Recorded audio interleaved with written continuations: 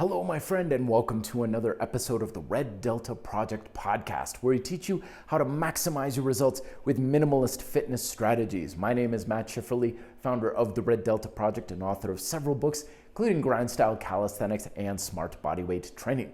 Today's topic, I'm very excited to be presenting it to you. We're talking about the potential workout game-changing discipline known as overcoming isometrics. Now, I don't blame you if you're kind of skeptical about this sort of thing, because I was extremely skeptical about it several weeks ago when Dragon Door started to announce that they were coming out with not only a new device, but a whole new certification, books, and information on this type of isometric training. And when it came across my desk, I was kind of like, no, I'm not really drinking this Kool-Aid, guys. No way in hell. Because for me, I've done isometrics like this before. I've given it a serious shot, and it didn't work at all. It didn't build muscle, didn't build strength, didn't help my performance. In fact, if anything, I thought it was boring, tedious, and a complete waste of time after giving it a serious shot for several months when I was in Japan, because that was my main mode of exercise, including calisthenics. But when I stepped back, I started to realize, I thought the same thing about calisthenics. I thought it was the same exact sort of thing, and then finally, after several years, I quit dragging my feet. I got convict conditioning. I learned that the real problem why I wasn't getting results was the guy using it and not the method itself. Plus, it's being put out there by John Duquesne and Dragon Door, and of course, Paul Wade has it and everything. And I was like, I feel like I should invest in this thing just for the support, kind of like a Kickstarter for the family. I don't really want this, but you guys have done so much for me. Here, I will invest in your new venture as a form of support. And I even wrote Paul and I was like, I just want you to let you know I'm supporting you because you've done so much for me. Thank you so much. But I gotta be honest, I'm pretty damn skeptical about this. I think you've just walked right off the map with this. There can't be much value to this. And he wrote back, which he does, and he's like, don't worry, Matty, don't bodyweight train, that's not going anywhere. Nothing's ever gonna replace push-ups and pull-ups. But trust me on this. There's a lot more here than you think there is. And it's like, all right, well, maybe if there's just a tiny bit of value, if I can get 2% better, then that'll be worth the price of admission kind of thing. But over the past couple of weeks, because I'm not going to get the ISO chain until next year, early next year rather, I thought I'm just going to start to play around with this kind of training a little bit and just see if I can't glean some stuff and learn a few things and stuff. And in the past 2 weeks, I've been using it. And holy hell are things different. Mind-blowingly better. And I'm not saying that to be a salesy kind of guy. I got nothing to sell you.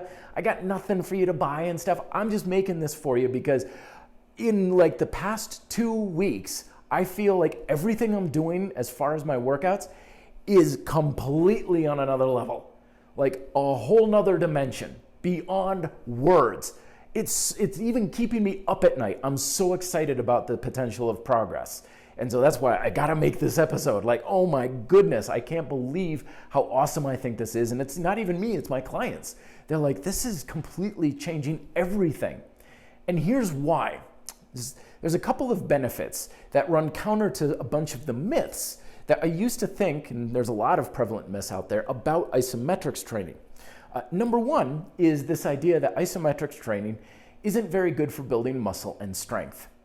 And you can kind of see why, but at the same time, with the research that I've been doing now, I'm looking at it and be like, why isn't this a really good way to build muscle and strength? In fact, I'm starting to come to the belief of this could be one of the best ways to help you build muscle and strength, period. I'm not saying it's a good way. I'm saying this could be one of the best ways. And the reason for it is because I'm learning from my own hand. In my book, Smart Bodyweight Training, I remembered a line I even wrote in it that's teaching me once again on why this is so powerful. And in that book, basically the idea behind smart bodyweight training is that the whole point of effective workouts is the creation and manipulation of muscle tension throughout the body. That's it. That's the whole point of every workout for any objective. And your results depend on that one thing.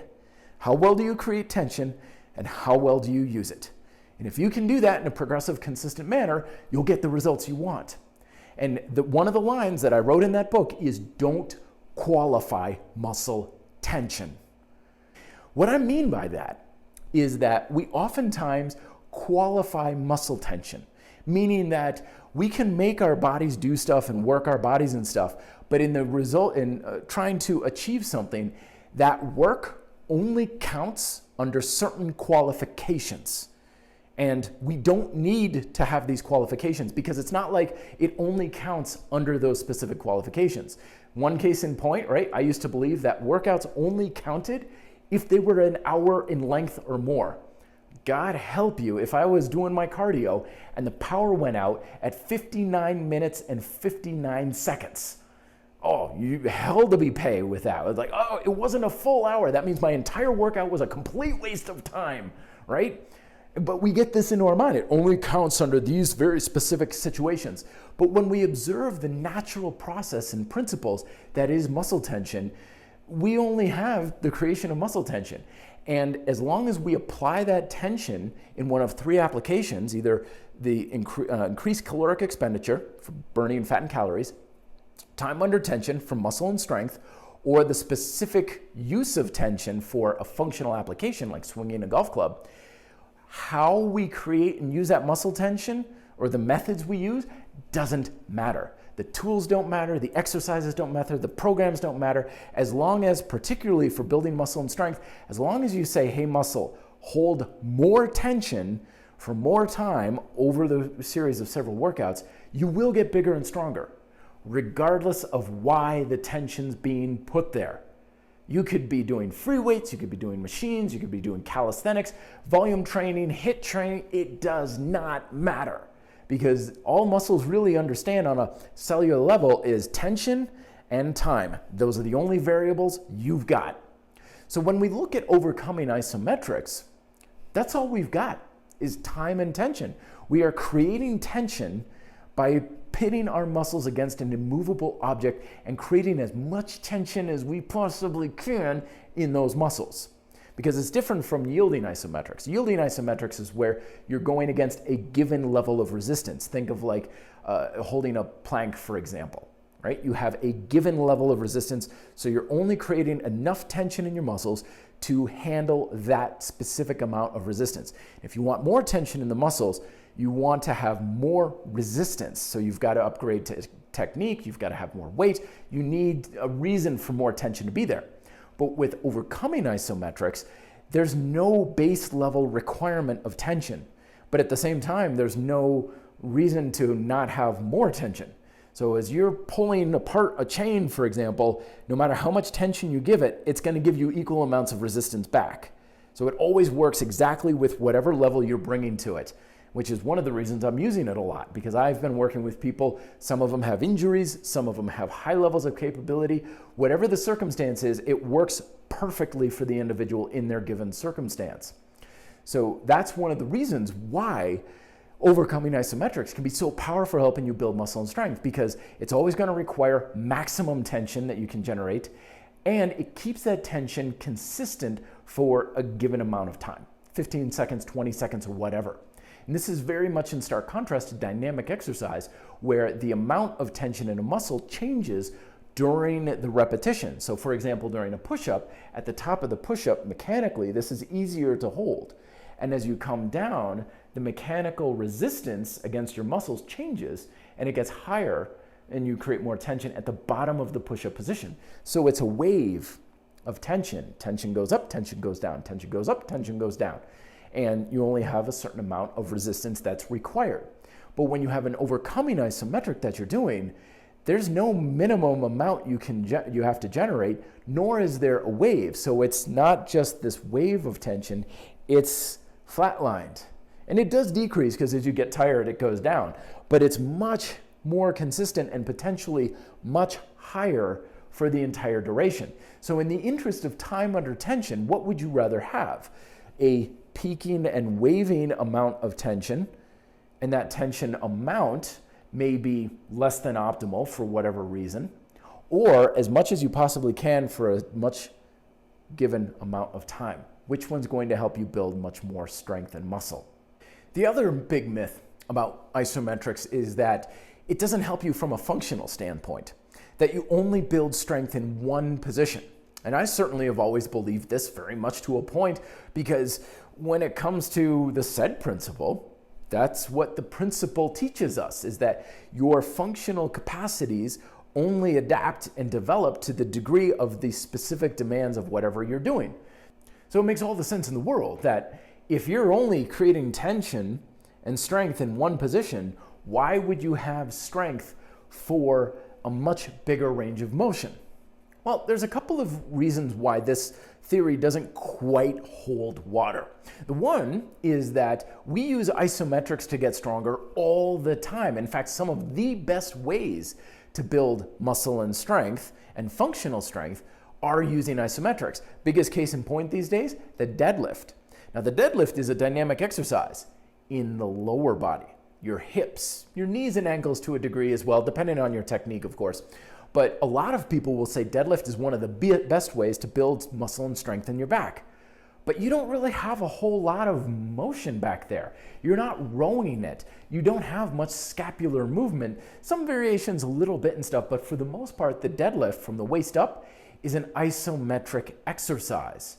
So if we can't build muscle and strength isometrically, then the deadlift should be completely worthless for building muscle and strength from the waist up. But of course, that's completely nonsense. It's ridiculous to even think about that. So obviously, isometrics do have a lot of value in that regard. But in the other regard, we would think of, well, if you can deadlift, then you shouldn't ever be able to have any strength for anything other than just holding a weight. Like pulling strength and everything like that would be completely worthless and shot. But again, not exactly the case. The other way to think about this is, okay, so you're not using a big range of motion to build muscle and strength.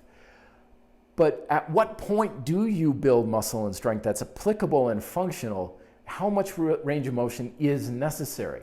This is important to recognize because we almost never use a full range of motion at any muscle or joint with any type of training. Case in point, your shoulder. Now your shoulder joint, right? You can go from extension all the way back here, like at the bottom of a dip or even higher, to all the way forward and all the way overhead, like an overhead press or handstand. Now this is a full range of motion in your shoulder. And I don't know of a single exercise that uses this much range. You use a push-up, you're using that much. Overhead press, well, that's a pretty good amount, but you're still neglecting a big portion over here. Dips, you're only here. So regarding the use of range of motion, if we're saying that no range of motion doesn't produce any result, how much range of motion is required to produce a result? And even at that point, we're never using as much as potentially possible at a muscle or a given joint.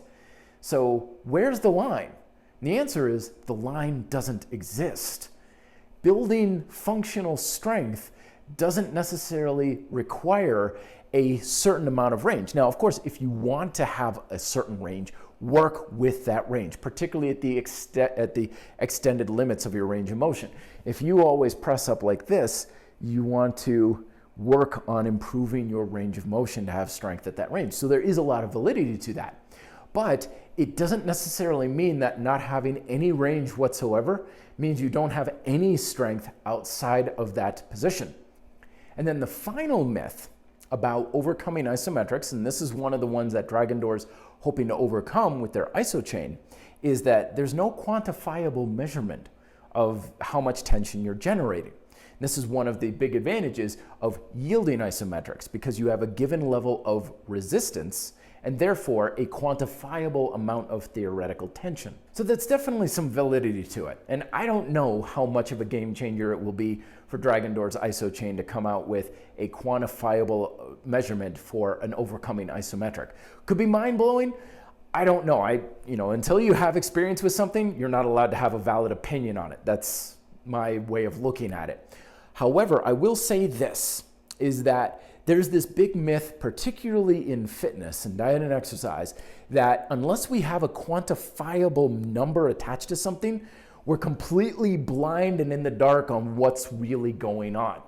So the whole idea out there is if it matters, you should measure it. And if you're not measuring it, you can't grow it, which is complete cockamamie nonsense. Because think about all the times in your life where you notice a difference without a quantifiable membership. Like if you're hungry, do you need to quantify your hunger with a number in order to know it's time for lunch? Theoretically, like do you measure the length of your hair to know you need to go get a haircut, right? You don't need numbers to know there's a difference in things happening. And again, in my world of martial arts, right? I've done it for over 30 years. I've made progress all over the place, up and down and hit plateaus and everything like that. Not once have I ever had a number or a quantifiable measurement of any aspect of my training, except for the one time when I was like, instead of doing 1 class a week, I'm gonna do 3 or 4 classes a week. It's the only time I had a measurement of any aspect of my training. But I still got better. I'm sure as hell not at the same level I was when I was 10 years old as a white belt. But how could that possibly be without a quantifiable number? And the answer is we have a sense of awareness of what's actually going on. We don't have a number to the tension you're generating with this type of isometric training. But maybe you don't need one.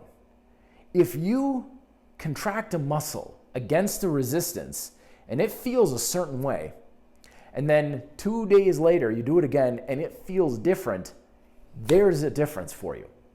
There's improvement, there's progression, and you're damn well gonna be aware of it. You don't need necessarily a number or a quantifiable measurement in order to make progress with it. And in fact, I would even say not having a number to it and becoming more aware of it will only help you. All right, I'm done talking your ear off. I know this is a little bit of a longer one, but thank you very much for listening. I just think there's a lot more potential benefit to this type of training that can really be a game changer for you, and I just want the world's best for you. So anyway, check out these videos for more on my isometric journeys, and I'd love to hear your thoughts and information down below as well. Till then, be fit, live free.